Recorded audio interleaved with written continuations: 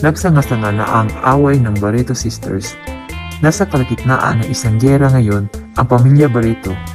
Sangkot ang magkakapatid na sina Gretchen, Marjorie at Claudine at ang mga pamangkin nilang sina Nicole at Julia. Tila wala na ring pinapalampas si Gretchen sa mga komento ng netizens, ordinaryo man o celebrity na hindi niya nagugustuhan. Ngayong hapon ng Miyerkules, ibinahagi ni Gretchen na sa kanyang Instagram account ang screenshot ng larawan ni Julia na naipost ng kabataang Barreto kaninang umaga.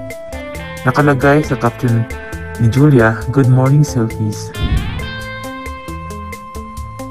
Isa sa mga nagkomento sa post na ito ni Julia ay ang actress at beauty queen na si Rofa Gutierrez. Mensahe ni Rofa, fresh. Hindi nakaligtas ang komento ito ni Rofa sa paningin ni Gretchen. Sa post ni Gretchen sa kanyang IG, bininugan niya ang pula ang komento ni Rofa.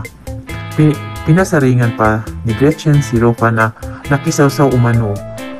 Mensahe ni Gretchen, "Sawsaw pa more, Rofi. Take it, wow." Makalipas ang ilang minuto, nagpost si Rofa ng cryptic message sa kanyang Instagram account. Kalakip ang kanyang glamorosang larawan. Mensahe niya, "The next time they try to put you down, just remember that confidence is silent, but insecurities are loud." Sinamahan niya ito ng glowing star at sparkle emojis na may hashtag na "Happy Life, Happy Girl, Positive Vibes." Based sa comment section, tila alam ng mga kaibigan at followers ni Rofa ang tungkol sa fresh comment niya sa post ni Julia. Mailan kasi sa kanila ang nagkomento ng kalintulad na salita. Ang original na komento ni Rofa sa account ni Julia ay may mga komento na rin mula sa netizen na tila nagpapaliwanag sa komento ni Gretchen.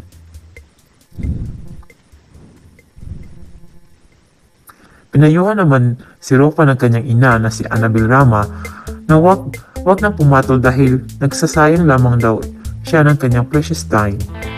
Payo pa na ni Annabel sa panganay na anak, "Tama, huwag mo na patulan yan. Don't taste your precious time. I mean, don't waste your precious time. Basta, mahal ka namin ng pamilya mo. Yun ang importante," tugon ni Rofa sa ina. Halos magkaka-temporaryo sina